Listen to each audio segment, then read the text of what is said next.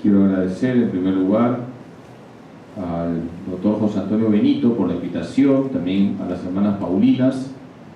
Gracias a Dios he podido llegar. Aquí veo santas feligresas de mi parroquia que están, no sé cómo han venido, si han estado en la misa de 6 y se han bilocado. La verdad que me siento bastante contento de poder presentar este libro, Francisco, el Papa de Todos, porque lo pude leer antes de que salga a la luz, como ya comentó José Antonio, me lo envió a través del correo, el PDF. Simplemente le dije, mejor dicho, sugerí que le añadiera una oración, la oración del Vía Crucis del Papa Francisco, y todo lo demás lo vi ok, y además me parece que es, y no lo digo porque esté aquí, uno de los mejores libros para divulgar la vida del Papa Francisco, porque tiene un lenguaje sencillo, hay un orden, una lógica en la narración, hay información que nos puede ilustrar también a nosotros como católicos, hay anécdotas, hay enseñanzas concretas, en fin, la verdad que les recomiendo vivamente que lo tengan porque da un panorama bastante completo de quién es el Papa Francisco. Y también con ese estilo ameno que tiene José Antonio, ahí nos habla de ese chiste antiguo que señala que una de las cosas que no sabe Dios es qué está pensando un jesuita. Ya no voy a decir las otras cosas para no herir susceptibilidades. La segunda cosa es, otra cuestión que no sabe Dios es cuántas congregaciones femeninas hay. Y ahí lo dejo. El Papa Francisco es un jesuita que sí se sabe lo que está pensando. Por lo tanto, aquí el chiste no funciona. Porque el Papa dice lo que piensa, dice lo que siente y nos habla además con mucha claridad. Y hay un refrán que dice, la claridad es caridad. Mi mamá, por ejemplo, me señala, cuando habla el Papa Francisco, le entiendo toditito. Mi mamá es ama de casa, ha sido profesora, y creo que todo católico que escucha al Papa Francisco, que lo lee, puede decir, le entiendo todo, porque sus palabras son sencillas, no usa un lenguaje elevado, pero sus enseñanzas son muy profundas. En cuanto al libro, cuando nosotros leemos este libro, Francisco, el Papa de Todos, percibimos, yo diría, algunas palabras claves sobre el Papa Francisco que quisiera remarcar. En primer lugar, percibimos cómo el Papa llama constantemente a la conversión. Por tanto, hay una primera palabra, que sería la palabra conversión.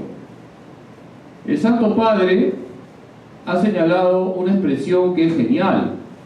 Pecadores sí, corruptos no. Pecadores sí, todos somos pecadores, todos somos débiles, todos somos frágiles, pero corruptos no. Y el Santo Padre explica lo que es la corrupción. La corrupción es ese estado en el cual nos autojustificamos. Incluso el Papa dice, a veces ponemos cara de santitos, pero tenemos una doble vida. Ese es el corrupto. Pecadores sí, corruptos no. Pecadores somos todos, corruptos no. El corrupto vive establecido en su pecado y no quiere convertirse. Una segunda palabra que también está presente a lo largo del libro es el testimonio. Y por eso agradezco al doctor José Antonio Benito que coloque esas anécdotas donde aparece el Papa Francisco, tanto como sacerdote o como obispo, dando testimonio de pastor. Nos convertimos para dar testimonio. Y el Papa Francisco está dando constantemente testimonio de lo que significa ser un pastor con olor a oveja. Qué importante es que demos testimonio. Ya Pablo VI decía que el hombre moderno escucha más a los que dan testimonio que a los maestros. Y si escucha a los maestros es porque dan testimonio. Y eso lo podemos percibir en el Papa Francisco. Algunas anécdotas conocidas son pues cuando él ya es Papa, lo nombran Papa y llama a aquel que le vendía el periódico todos los días, y pues este hombre que vende los periódicos no se la creía que el Papa lo estuviese llamando. Inclusive lanzó por ahí unas lisuras, ¿no? Muy argentino, pero era el Papa el que lo había llamado. Fíjense esa bonita manera de mostrarse como pastor cercano, no se ha olvidado de sus ovejas. Conversión, testimonio. Otra tercera palabra que podemos detectar aquí en este libro: misión. ¿Qué nos está pidiendo el Papa Francisco? Nos está pidiendo ser una iglesia en salida.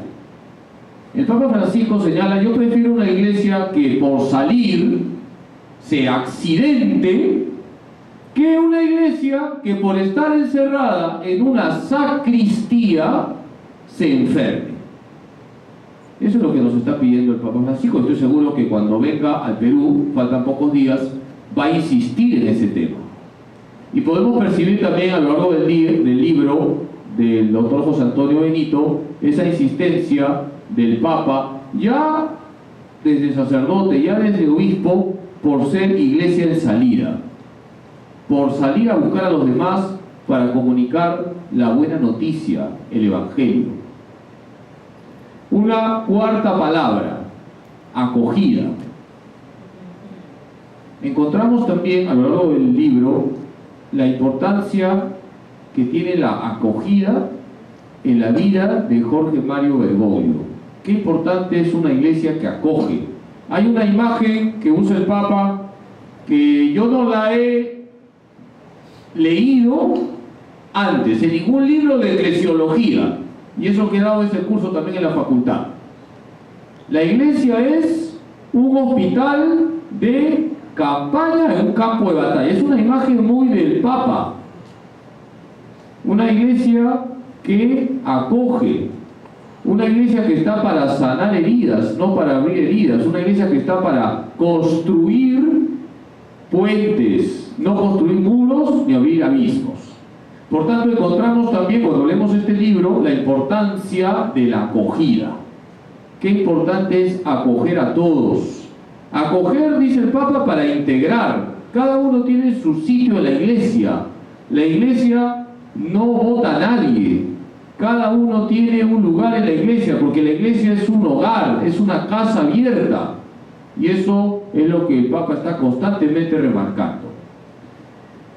Y otra palabra más también presente es el diálogo. Y eso conecta con el hecho de que el Papa siempre busca dialogar. De hecho, él habla mucho de la cultura del encuentro. La cultura del encuentro es posible cuando hay diálogo. Cuando no hay diálogo, no hay encuentro. Y fíjense cómo el Papa nos da ejemplo de diálogo también con aquellos que no comparten nuestra fe. Es muy amigo, lo dice también el libro de José Antonio Benito, de un rabino muy amigo, un rabino argentino. Él siempre busca dialogar, busca ese diálogo que fundamenta el encuentro, porque el encuentro es entre personas y las personas dialogan. Las personas, para lograr el encuentro, tienen que dialogar, y es un punto que el Papa Francisco constantemente está señalando: la importancia del diálogo. Diálogo para que haya paz en el mundo, diálogo para no maltratar la creación, para cuidar el medio ambiente, diálogo para proteger a los frágiles. El Papa es el que siempre está señalando que hay que cuidar a los frágiles. ¿Y quiénes son los frágiles? El concebido no nacido, los niños, las mujeres, los ancianos, los enfermos.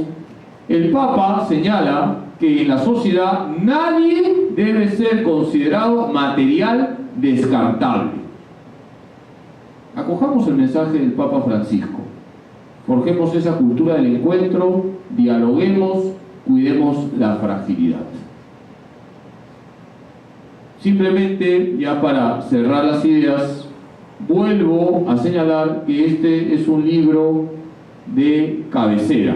Les recomiendo vivamente que lo tengan, porque de verdad nos da un panorama completo sobre quién es Francisco, qué nos enseña Francisco y qué nos está pidiendo Francisco. Por tanto, a comprar el libro, a leerlo y sobre todo a llevarlo a la práctica, porque todo lo que nos dice el Papa son cuestiones para ser llevadas a la práctica, y en ese sentido el Papa es realista.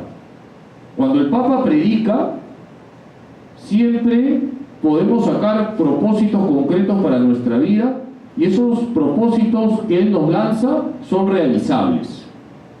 Fíjense que uno de los principios que utiliza el Papa y que constantemente afirma es que la realidad es más que la idea. Es un principio que lo tiene presente desde cuando era arzobispo. La realidad es más que la idea. Hay que plasmar en la realidad el Evangelio. De nada vale quedarnos en ideas bonitas, quedarnos en las nubes, no. Hay que concretar el Evangelio. Y por eso yo les invito a escuchar la voz del Papa en estos días que va a venir al Perú, y sobre todo a llevar a la práctica todo lo que nos va a señalar, que estoy seguro va a fortalecer nuestra fe. Y por último, el tema de la Virgen María. El Papa Francisco es hincha de la Virgen María, sobre todo bajo una vocación. ¿Qué vocación? La Virgen del Puño. De Satanudos. Aquí tenemos también algo muy bonito. El Santo Padre, desde cuando era sacerdote, comenzó a tener devoción a María de Satanudos, porque la Virgen le desató varios nudos y le sigue desatando varios nudos. Si ustedes han visto dónde trabaja el Papa, está su oficina y hay una imagen grande. ¿De quién? De María de Satanudos. Y en su escritorio, y esto lo cuenta muy bonito también José Antonio, la devoción a San José, tiene un San José que está durmiendo San José. Y el Papa, esas cuestiones difíciles que tiene, las escribe en un papelito y ¡plin!, lo coloca debajo de la imagen de San José que está durmiendo. Ahí donde está cabeceando San José, ahí debajo lo coloca, ¿no? Además que el Papa cuenta hace 40 minutos de siesta todos los días. Seguramente antes de tomar la siesta ve a San José para dormir mejor. Todas estas cuestiones ustedes pues, y más anécdotas, las pueden aprender también leyendo este libro, que repito, el estilo es sencillo, fácil de comprender, está lleno de historias del Papa, ya sea como jesuita joven, como novicio, como sacerdote, como párroco también que fue, como arzobispo y luego como Papa. Encomendemos pues al Papa Francisco su próxima visita al Perú, y qué mejor manera de leer este libro para comprenderlo mejor y aplicar todo lo que nos está enseñando. Muchas gracias. Muchas gracias, Padre.